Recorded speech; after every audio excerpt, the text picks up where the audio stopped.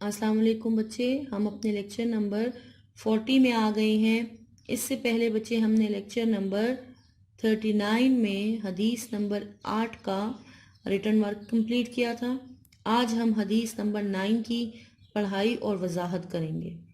تو بچے آپ لوگ بک نکال لیں، صفحہ نمبر 33 اور اس پہ حدیث نمبر 9 موجود ہے۔ ہم اس کی پڑھائی اور وضاحت شروع کرتے ہیں۔ اعوذ باللہ من الشیطان الرجیم، بسم اللہ الرحمن الرحیم۔ کلکم رائن وکلکم مسئول عن رعیتہ۔ ترجمہ ہے، تم میں سے ہر ایک نگہبان ہے اور تم میں سے ہر ایک اپنی رعیت کے بارے میں جواب دہ ہے۔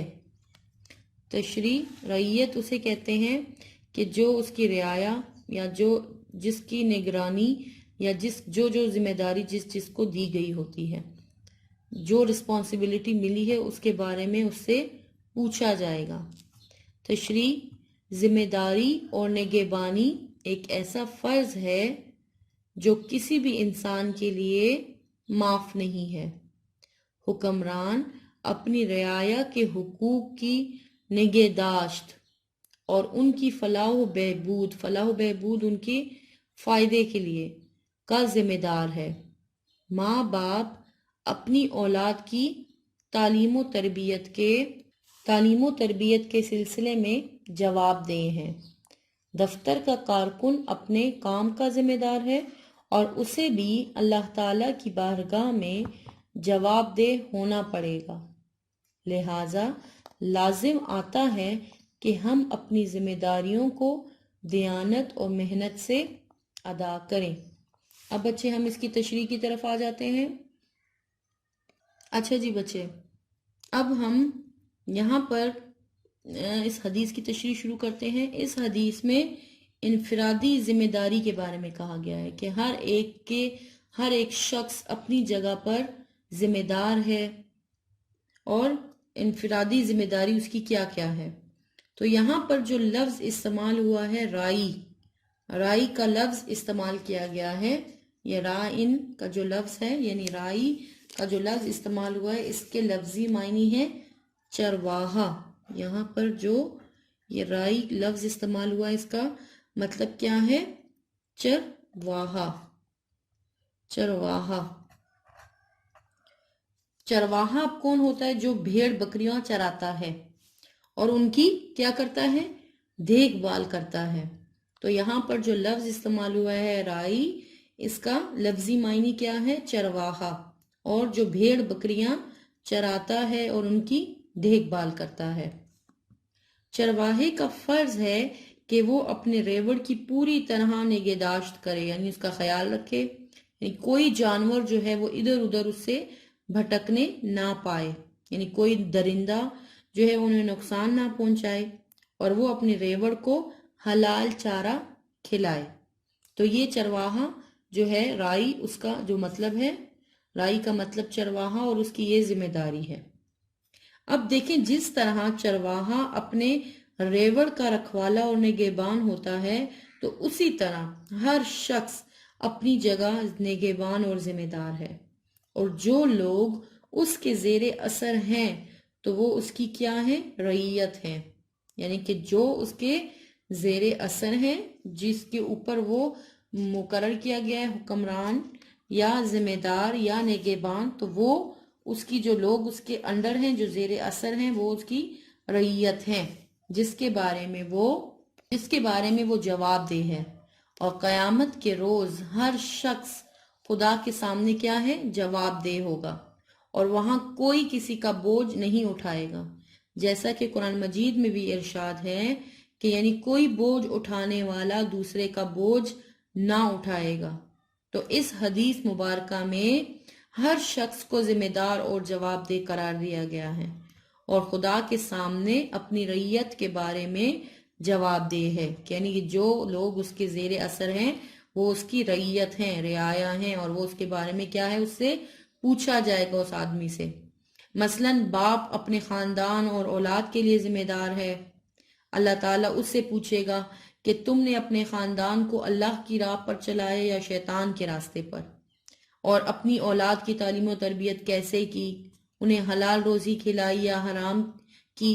اسی طرح شوہر بیوی کا ذمہ دار ہے، خدا اس سے پوچھے گا کہ تو نے بیوی کا حق مطلب کیوں کر ادا کیا، کس طرح ادا کیا، اسے شرعی احکامات کا پابند بنایا یا اسے اسی طرح جیسے بے لگام اس کو چھوڑ دیتے ہیں، اور پھر اس سے یعنی پردے اور شرم و حیا کی پابندی کہاں تک کرائی۔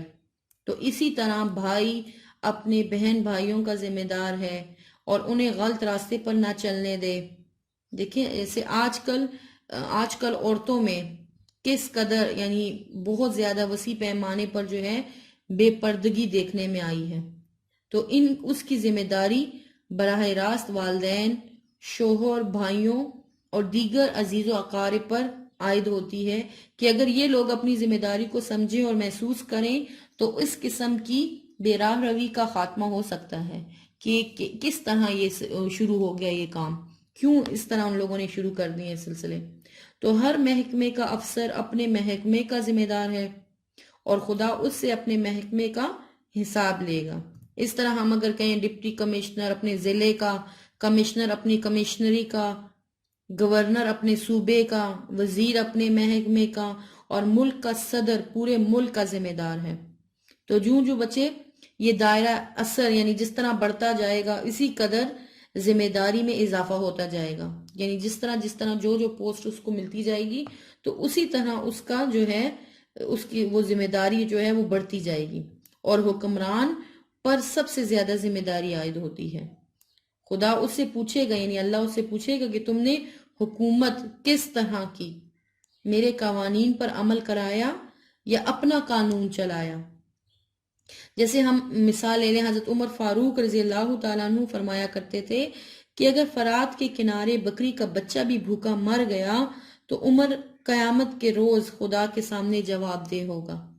تو یہ ذمہ داری کا احساس تھا کہ حضرت عمر رضی اللہ تعالیٰ عنہ ایک بیوہ عورت اور یتیم بچوں کے لیے سامان جو ہے کھانے پینے کا اپنے کندھوں پر اٹھا کر لے جاتے ہیں، اور جب غلام وہ سامان اٹھانے کے لیے اصرار کرتا ہے، کہتا ہے، تو فرماتے ہیں کہ قیامت کے روز تم میرا بوجھ نہیں اٹھا سکو گے، لہٰذا یہ بوجھ میں ہی اٹھاؤں گا۔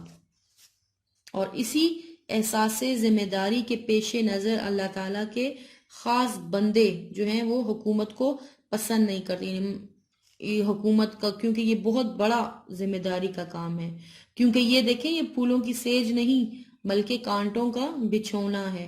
جب حضرت عمر بن عبدالعزیز کو منصب خلافت پر فائز کیا تو ان کی آنکھوں میں آنسو بھر آئے، اور کسی نے کہا کہ اے امیر المومنین، یہ تو خوشی کا موقع ہے اور آپ آنسو بہا رہے ہیں۔ تو انہوں نے فرمایا کہ مجھے مشرق اور مغرب کا ذمہ دار بنا دیا گیا ہے، میں خدا کے سامنے جواب دہی سے ڈرتا ہوں۔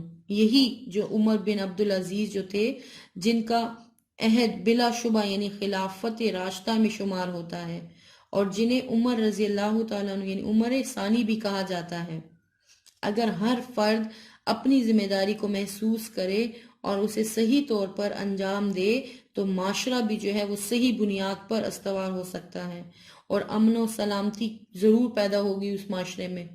اور اگر ہم اس ارشاد نبوی ہے جو رسول اللہ صلی اللہ علیہ وآلہ وسلم کا ارشاد ہے اس پر ہم پوری طرح عمل کریں تو ہمارے بے شمار مسائل جو ہیں وہ حل ہو سکتے ہیں۔ جیسے وہ آپ کو میں ایک شعر بھی اس کے ریلیٹڈ سنا دیتی ہوں کہ افراد کے ہاتھوں میں ہے اقوام کی تقدیر، ہر فرد ہے ملت کے مقدر کا ستارہ۔ تو بچے آپ لوگوں نے یہ حدیث بک میں ریڈ بھی کرنی ہے اور پھر اس کو سمجھنی بھی ہے، اچھے طریقے سے سمجھنا ہے، اور پھر ہم انشاءاللہ نیکسٹ لیکچر میں اس کا ریٹن ورک شروع کریں گے انشاءاللہ۔